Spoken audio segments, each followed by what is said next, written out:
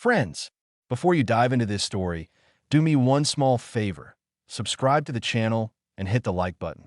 This topic isn't just dry facts. It's a story about survival, genius in shackles, and the price our grandfathers paid. Your opinion matters to me, so be sure to write in the comments what you think. Could those terrible losses in the sky of 41 have been avoided? Let's go. The fateful morning that changed everything. Imagine the dawn of June 22nd, 1941. Silence.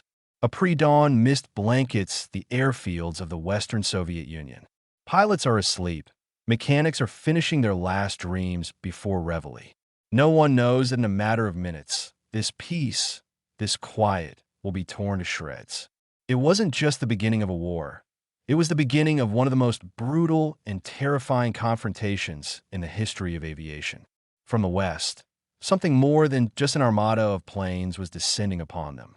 Hovering over them was a polished, disciplined machine tempered in the fire and steel of half of Europe, the Luftwaffe.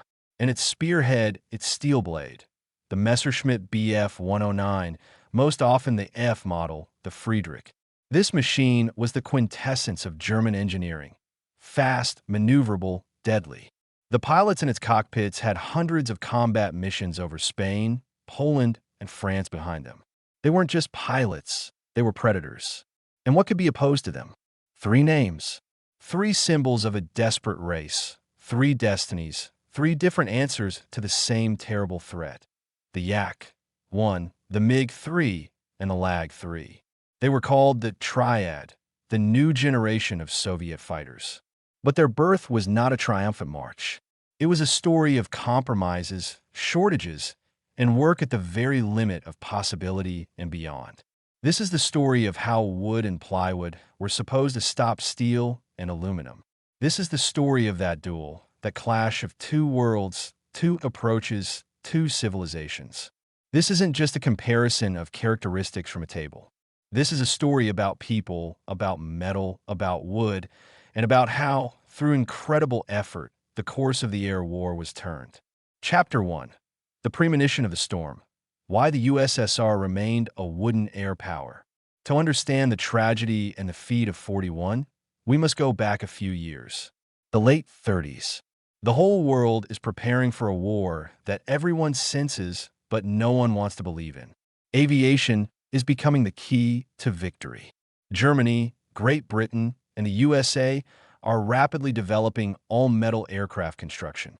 Their fighters are flying fortresses made of duralumin, a light and strong alloy. And what about the Soviet Union? Here we encounter the first and perhaps most important myth. You often hear, the Soviet designers fell behind. They didn't figure it out. This is a monstrous lie. The problem wasn't in their minds, but in their resources. The USSR of the late 30s remained the only major aviation power where mass-produced fighters had to be built from wood. Why? The answer lies in one word: duralumin. This material, this winged metal, was catastrophically scarce in the USSR. Industry could not keep up with the growing appetites of aircraft designers. Giant factories were being built, but war was already on the doorstep. A decision had to be made. Wait for mass production of duralumin to be established and be left without modern fighters, or find a way out. A way out was found. It was forced, difficult, and in many ways tragic. That way out was wood and plywood. Imagine a design bureau. Talented engineers, geniuses of their craft, who understand that the future lies with metal, are forced to draw blueprints for aircraft made of delta wood, resin-impregnated, pressed plywood, and pine. They know their brainchild will be heavier than the enemy's. They know this will affect speed, climb rate, and maneuverability. But they also know another terrible truth. The war will start any day now, and the front must have at least some new planes. And this compromise, this forced measure, became the basis for the entire Soviet fighter aviation at the beginning of the war. Up to 70% of the new fighter structure was wood. The Germans had duralumin and steel. It was like sending a warrior in wooden armor against a steel-clad knight. But this warrior had its own advantages. Wood was forgiving. To assemble a metal plane, you need highly qualified workers, extremely precise equipment, riveting, and welding. A wooden plane could be assembled in factories where half the workers were yesterday's farmers. Wood did not require scarce raw materials. It could be produced within a country. It was the path of faster, simpler, cheaper. The only possible path for a nation on the brink of the greatest catastrophe in its history. Chapter 2. The Three Warriors. The birth of the Triad and their Achilles' heels. And so, in this atmosphere of total shortage and terrible foreboding, three aircraft were born. Three very different characters, three destinies. Let's get to know them better, not as soulless machines, but as living beings, each with its own soul and its own weaknesses. MiG-3, the sky aristocrat, lost in the trenches. The first of them is the MiG-3. If airplanes had ambitions, the MiGs would be the highest. It was a high-altitude interceptor, an aristocrat of the heavens. Look at its data. At an altitude of 7,000 to 8,000 meters, it could reach a speed of up to 650 kilometers per hour. For 1941, that was fantastic. It was created for a big war that people imagined differently. It was supposed to intercept strategic reconnaissance planes and enemy bombers flying at high altitude to strike deep into the rear. For this, it was given a very powerful but very heavy AM-35A engine. This engine only woke up at altitudes above 5 kilometers. But the War of 1941 turned out to be different. It was fought near the ground. The Germans bombed the front lines, river crossings, and troop concentrations. Air battles took place at altitudes from 500 to 2,000 meters. And here, on the deck, the MiG-3 turned from a fearsome predator into a clumsy bird. Its heavy engine made it inert and unwieldy. It lost to the Messerschmitt in climb rate by almost half. Imagine, a German pilot pushes the throttle and rockets upward. A Soviet pilot in a MiG pushes the stick forward, but his heavy machine slowly, very slowly, struggles to follow the enemy. And in combat, every second is a lifetime. The MiG's armament was also rather weak. 1 heavy machine gun and 2 standard rifle caliber machine guns. This was often not enough to shoot down a sturdy Messer. Additionally, the cockpit was cramped, visibility wasn't the best, and an artificial horizon was a rarity. The pilot was almost blind in the clouds. The fate of the MiG-3 is tragic. It was created for one war, but had to fight in another. It was a strategist forced into a street fight. By the end of 41, its production began to be phased out. Not because it was bad, but because its excellent but demanding AM-35A engine was desperately needed for another aircraft, the IL-2 Sturmovik, the flying tank, which the Army needed even more. The MiG was sacrificed, but it played its role. It showed that Soviet designers, too, could create high-altitude machines of world-class standard. Lag-3, heavy in fate and weight. The unbroken fighter. If the MiG was an aristocrat, the Lag-3 was a working-class hero. Its name is an acronym from the designer's surnames: Lavochkin, Gorbanov, Gudkov. This aircraft became the embodiment of the main problem of the Soviet aviation industry: weight. Its airframe was made of that very delta wood. This wasn't just a wooden frame. It was a monolith, incredibly strong and resilient. Pilots joked with bitter irony. The non-burning aviation beat. Barak means beat. Jokes aside, the Lag could withstand dozens of hits and keep fighting. It had a system unique among Soviet fighters: neutral gas in the fuel tanks, which prevented fire if they were punctured. This saved lives. But for this survivability, a terrible price had to be paid. Weight. The Lag-3 was heavier than its sibling, the Yak-1, by a whole 330 kilograms with the very same M105P engine. Imagine you and your neighbor bought identical cars, but you decided to carry 30 sacks of potatoes in your trunk. What would your acceleration be like? And your top speed? And handling? This is exactly what happened with the Lag. It was heavy and clumsy. Its climb rate was a mere 8.5 meters per second compared to the Messerschmitt's 15 or 16. The German fighter shot into the sky like a rocket, while the Lag struggled to claw its way upward. Its speed at 5 kilometers was just 549 kilometers per hour. A turn, the basic combat maneuver, took it 26 seconds, an eternity in air combat. The designers fought with it as if it were a stone block. They removed weapons, reduced fuel tank sizes, lightened literally every part. But they couldn't overcome the congenital heaviness. Going into battle against a Messer in a lag was mortally dangerous.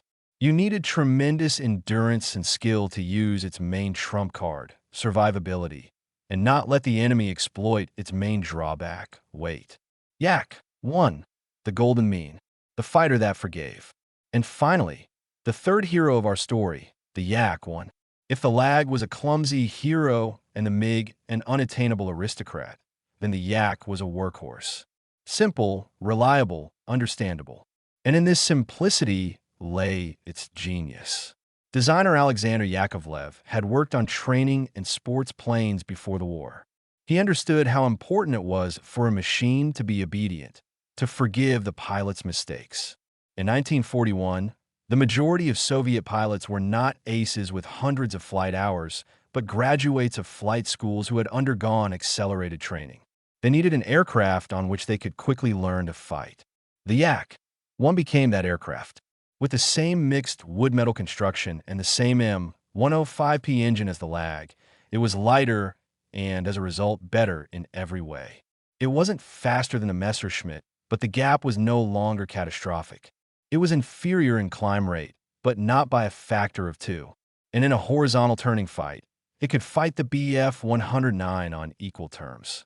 Its armament, a SHVK cannon and 2 SHKS machine guns, was reliable and effective. But the main thing was its soul. The pilots loved the Yak. It was like a faithful horse. It responded to every movement of the hand, held no unpleasant surprises, and was predictable. It gave a young pilot the most important resource, confidence. The Yak 1 was not a wonder weapon. It didn't surpass the enemy in every category, but it was the right answer to the challenge of the time. The answer to the question, what kind of plane can we build quickly in large numbers, and on which our flight school graduate can fight? It became the foundation for the entire Great Yak dynasty. The Yak 7, the Yak 9, and finally, the magnificent Yak 3, which by 44 could easily outturn the Messer. It all started with this simple and brilliant Yak 1. Chapter 3, the Messerschmitt, the perfect machine of total war. And what about the other side of the front? To understand the scale of the feat of the Soviet pilots and designers, we must look at whom they were fighting. The Messerschmitt Bf 109F, the Friedrich. This is not just an airplane. It is a benchmark, the quintessence of the German approach to war. Calculation, efficiency, polished to a shine. By 1941, Germany had been waging successful wars for 2 years. Its pilots were an elite, tempered in the crucible of real battles, and their aircraft were constantly being improved. The Friedrich was the peak of the Messerschmitt's evolution at that time. What made it so dangerous? Aerodynamics. It had almost perfectly clean aerodynamics. Everything unnecessary was removed, the cowling was streamlined, a new, sharper wing was installed. It was as beautiful as a Predator, and just as deadly. Engine. The Daimler-Benz DB601N, a marvel of German engine building. Powerful, reliable, with a direct fuel injection system that allowed for maneuvers impossible for Soviet aircraft with carburetors. Theirs could stall during a sharp dive. Armament. 1 MG-1 51-20 cannon firing through the propeller hub and 2 machine guns. It seems modest, but this layout was lethally effective. All firepower was concentrated in the nose. The pilot simply aimed the entire plane at the target and hit it with a concentrated burst. Communications and instruments. A radio on every plane. Seems like a small thing? In war, there are no small things. German pilots constantly communicated in battle, coordinated attacks, and warned of danger. Soviet pilots often flew without radios, relying on gestures and pre-assigned tasks. The Messer's cockpit instrumentation was exemplary. The pilot always knew what was happening with his machine. Combine all this, a magnificent machine, experienced pilots, practice tactics, the famous Rot and Schwarm pairs and fours, and you get the perfect tool for establishing air superiority. It seemed nothing could oppose it. Chapter 4. Duel over the Abyss. Summer-autumn 1941. And so these two worlds collided in the skies over Ukraine, Belarus, and the Baltics. The picture often painted, German aces effortlessly shooting down hordes of clumsy yaks, lags, and MiGs, is a lie.